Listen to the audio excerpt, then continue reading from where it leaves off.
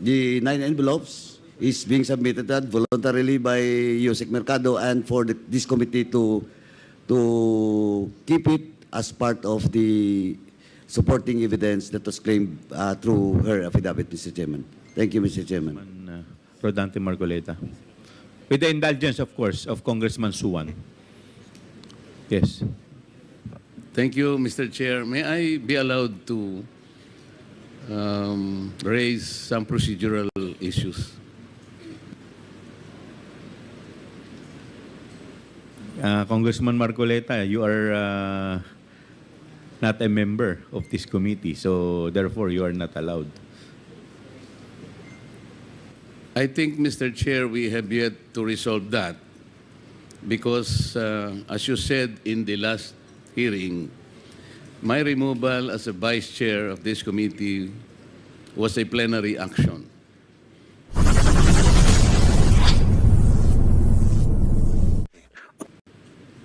And therefore, there should be a plenary action to remove me as a member of this committee. I would like to believe, Mr. Chair, that when I was installed as a vice chair of this committee, it presupposes membership. I am supposed to be deemed a member because if I were not a member, I cannot be appointed as a vice chair.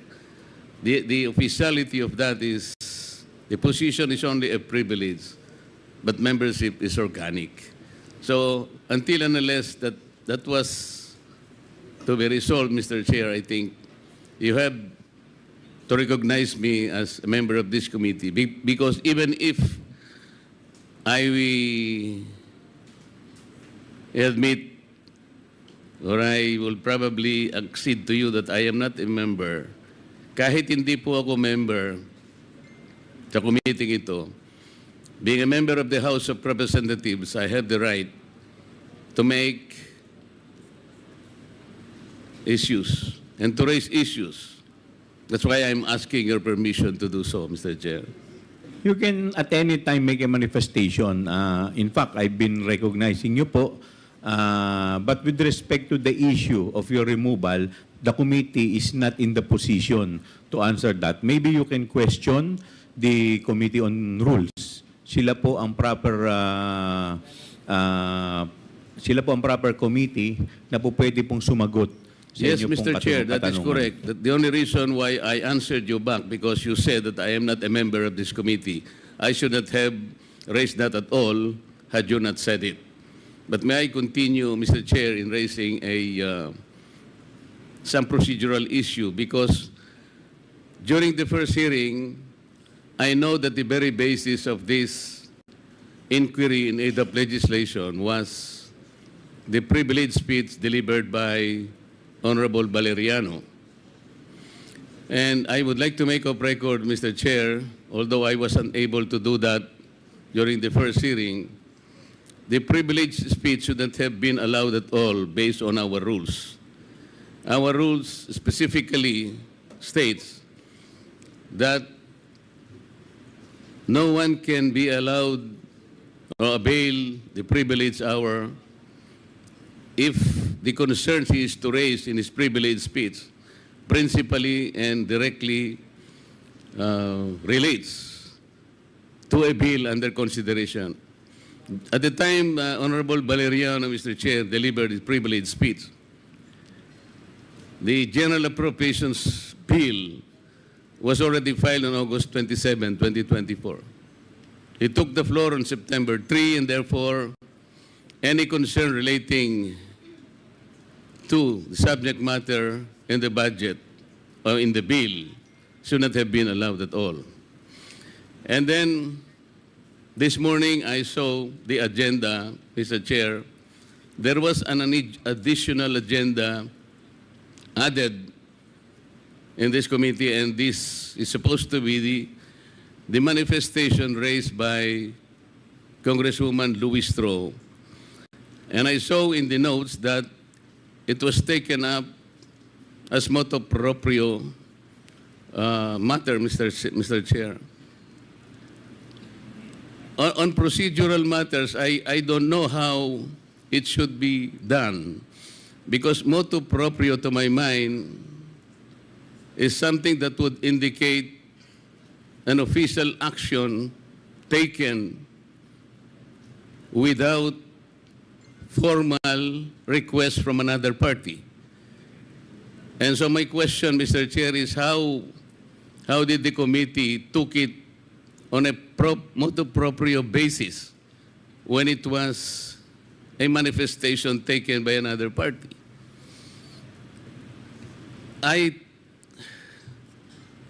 see it a very unusual procedure, Mr. Chair, because this representation, I would like to recall that sometime in March 2024, delivered a privileged speech dealing on the same subject matter, and I think even more, I questioned the several irregularities pointed out by the Commission on Audit, specifically in 2017, 2018, and 2019, covering the audit report of COA in the Department of Education. In that privileged speech, Mr. Chair, I took note of the sum of something like 3.25 billion pesos of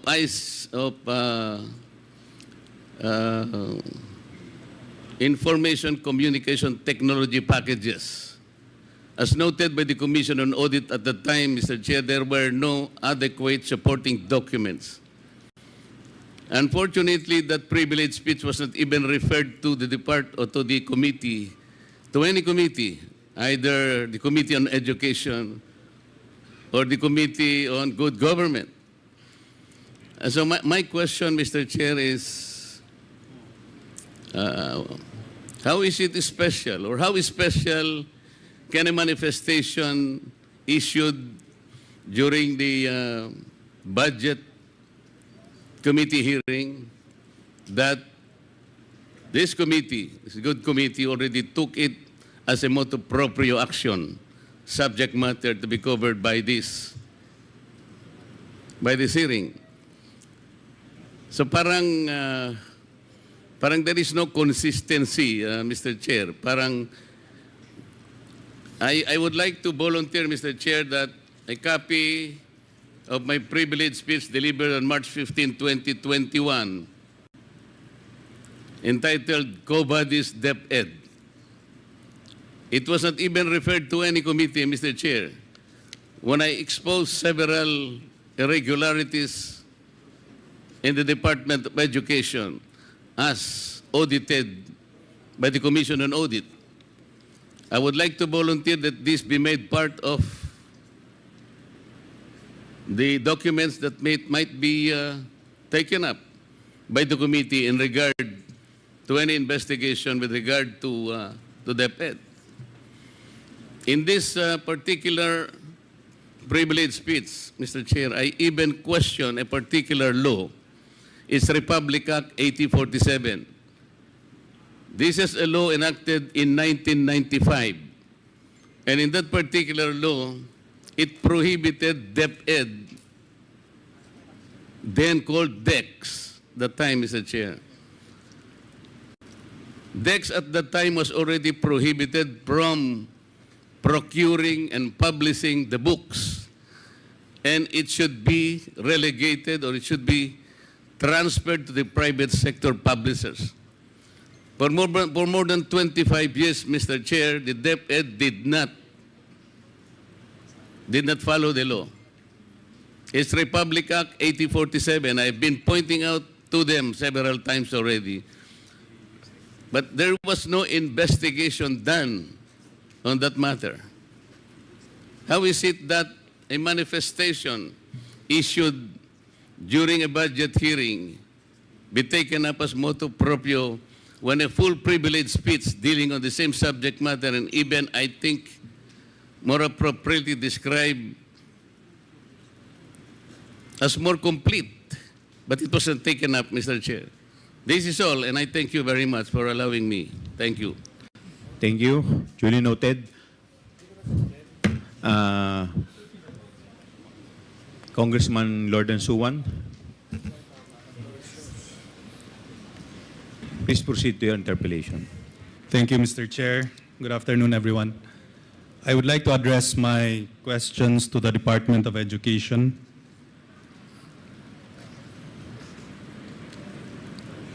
Is it true that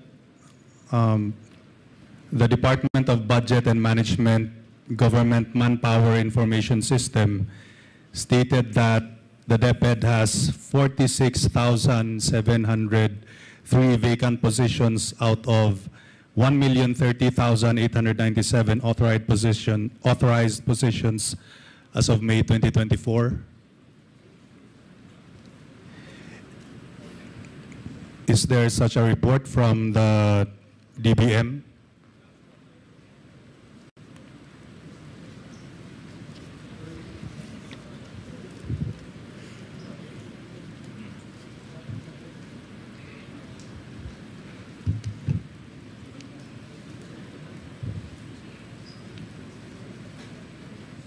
Kanino po ninyo ina-address yung tanong po ninyo? Well, I guess we could have the DBM answer it. The Department of Budget and Management Government Manpower Information System stated that DepEd has 46,703 vacant positions. Is this correct? Sino pong sasagot? Mr. Chair, from the Usec Toledo from DBM. So we're just pulling the record, Mr. Chair, so that we can answer exactly as far as the question is concerned, Mr. Chair. Okay. But before you answer, please identify yourself para po malaman for the record. Yes, Mr. Chair. Usec. I'm Undersecretary Rolando Toledo. Okay. Mr. Chair, Usec the Toledo, DBM. you are now recognized by the chair. Okay. Mr. Chair, as of April 24, the total authorized position of DepEd is 1,030,897, of which 95% or 983,351 positions are filled. So, Mr. Chair, yun po yung the latest as of April 2024. That's what we have, Mr. Chair. So it's not true that 46,706 vacant positions. Oh, it's true. You have how many positions were already taken? 983,351 positions, Mr. Chair. So would that mean that there are still 46,703 vacant positions? Usec Toledo. Yes, Mr. Chair. Before I recognize you, Yeah. I understand, ma'am, that you're not feeling well. Usec Mercado, you are now excused. Pwede po kayong, sige po, para makapagpahinga rin po kayo. Thank you po. Thank you for your time, ma'am. Thank you po. Ma'am, Sir Usec Toledo, please continue. Okay. Mr. Chair, based on record, given that we have already the authorized position of 1,030,897, which is a filled-up position of 983,351, we have an unfilled position of 47,546, Mr. Chair. So I guess it's true. May I ask this for the Department of Education? In DepEd Memorandum Number 42 Series of 2024, the Department of Education Secretary Sani Angara ordered the department's offices to fill all vacant positions to ensure effective and efficient delivery of basic education services. And even the Education Undersecretary for Human Resource and Organizational Development, Wilfredo Cabral, noted that posts should be filled to ensure that the budget allocated for these items should be utilized within the end of the fiscal year. Now, my question is, how long have these positions remained vacant?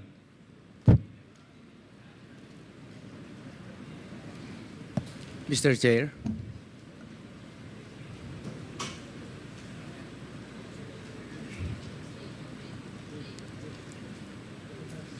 Mr. Chair.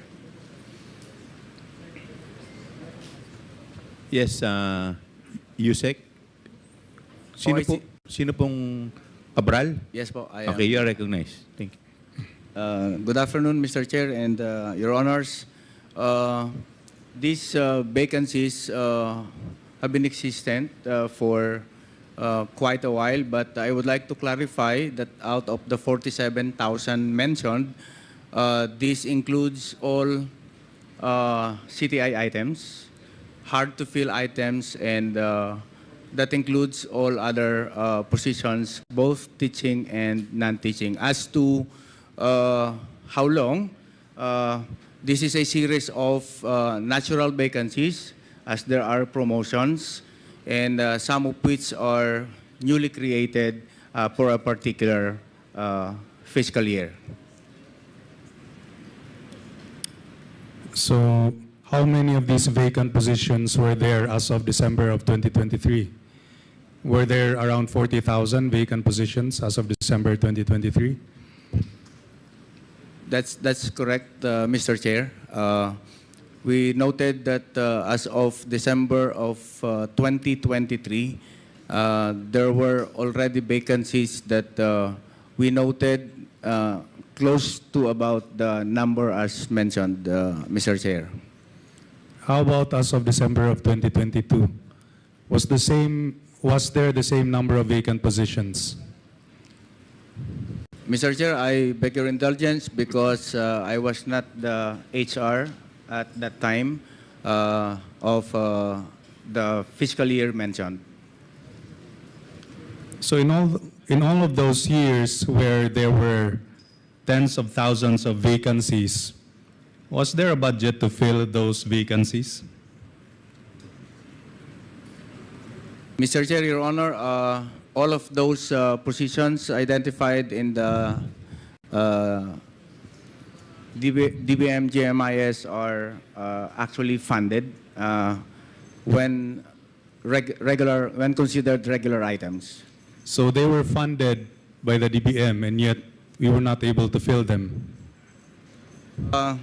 Mr. Chair, they are funded but not yet released because we have the process that once unfilled positions are filled up due to hiring, that's the time that concerned implementing units, either region or through the division, submits that copy of appointment and budget are requested for that purpose. So what happens to the budget allocated for those positions when they are not used by the end of the year? That goes to the PS savings, as we call it, Mr. Chair. So apparently there is a budget to fill these positions, but through the years they remain unfilled. And I am concerned, Usec, because we are supposed to promote employment for Filipinos and lots of teachers need work. So I guess in my eyes, this is an inefficiency that we must address. Can you imagine 40,000 people could have worked? And this has remained a problem for many, many years. Anyway, let me move on to another topic.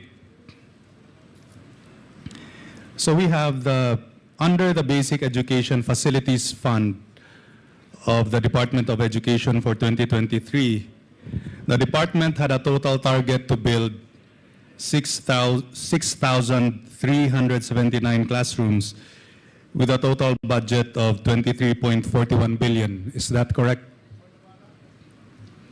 Mr. Chair, if I may. Mr. Chair, if I may respond. Mr. Chair? If I may respond. Usec Densing, you're recognized. Thank you, sir. For 2023, that original target with DBM is 6,379 classroom. But after the DPWH, which is the implementer of the program, made additional factors which include howling costs, site-specific adjustments, and foundation design, the new target is 5,133, Your Honor. But Usec, only 192 classrooms were actually successfully built. Is that not right?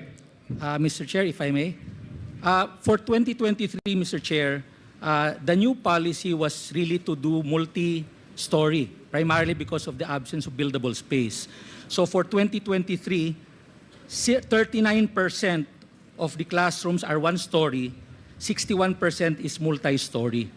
Then after the SARO was released directly to DPWH in April 15 of 2023, they had 30 days, because we were monitoring the documents with DPWH, they had 30 days to be able to release the sub-ARO to the district engineering office. Therefore, around May, dumating po sa district engineering office bandang June. Pagdating ng June, dun pala nag-start mag-procure ang mga district engineering office. And in our monitor, they were able to finish the whole procurement process between July to August and some in September. Therefore, itong 192 are all one-story buildings which can be built between 115 to 145 days, two-story, 180 to 240 days, three-story, 240 to 270 days, and four-story, 265 to 360 days. So therefore, meron talagang spillover, Your Honor. In fact, as of June 2024, ang na-build na po na classroom is 998 classroom as of June 2024. That's 19%. 90 to 99%, 1,337 patapos na. 2,000 for 50% to 89%, 2,087. Then 711 classrooms na lang po ang below 50% and nasa procurement. So that was as of June of 2024? Tama po, Your Honor. But for the budget of 2023, only an actual number of 192 was built. 133 na po yung bagong figure. 5,000. 133. 133. And again, it's really the process of procurement on the part of the Department of Public Works. Sila po kasi implementer ng program. Our role is to monitor the way they're building the buildings. And again, 192 puro one story po yun kasi yun ang pinakamabilis na magawa.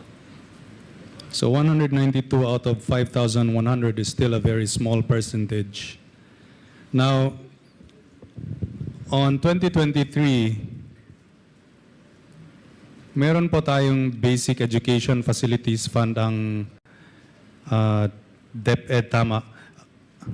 Tama po. Tama. Diba? So what is the purpose of this fund, Usec? Ang purpose po ng pondo ay para gumawa ng mga bagong classroom, repairs, electrification, gabaldon, and health facilities. Kasama na po ang last mile school. Okay. So is it true that the fund for this program is 33.85 billion? Tama po, lahat na po yan. So that's a huge amount of money. Tama po. And rightly so, because I think that classrooms are the home of learning, and it's very important infrastructure for our country. However, the percentage of really 192 classrooms out of 5,000 is still very, very low.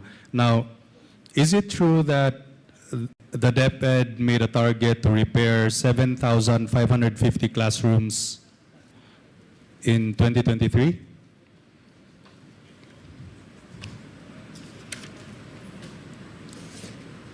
7,558 po ang classroom na dapat i-repair. Pero base po sa special provision ng 2023 GAA, lahat ng 1 million pataas, DPWH ho mag-i-implement. Sila ho mag-aayos.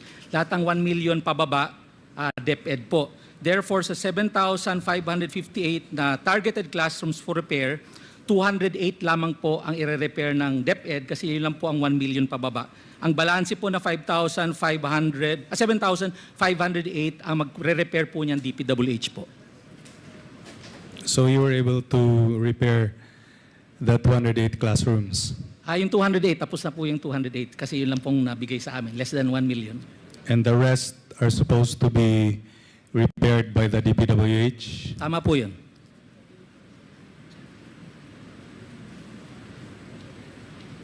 Were they able to repair these classrooms? Po, Were they able to repair these classrooms? the DPWH? Opo, as of July 2024, per DPWH report, 3,067 classrooms have been completed. 3,708 classrooms are still under repair, ongoing. Tapos meron pang around 900 na pinoprocure pa niyang DPWH. As of July 2024. 2024. So in 2023, you had your Last Mile Schools program, correct? Ang Last Mile School programs po nagsimula ng 2020. You still continued this through the year 2023. Tama po. Sinimulan po ng 2020. How much was the budget for the Last Mile Schools program? 1.5 billion po starting 2021 until 2023. 1.5 billion. It's not 3 billion 3 billion po for 2024. for 2024. Tama po. So in other words, the goal of the Last Mile Schools program is to make education more accessible, right? Ito po yung mga na-identify nating mahigit na 9,000 mga classroom na nasa malalayong lugar, at least 1 hour away from the center, nasa mga bulubundukin. At saka yung mga classroom ay isa lang po ang teacher at nagmo-multigrade. Yung po ang mga description ng ating mga Last Mile Schools. 9,045 po sila in total originally. Ngayon po nasa 8,400 na lamang. Ang classrooms, ang target. Opo, ang target na sites. Is it true that the Last Mile Schools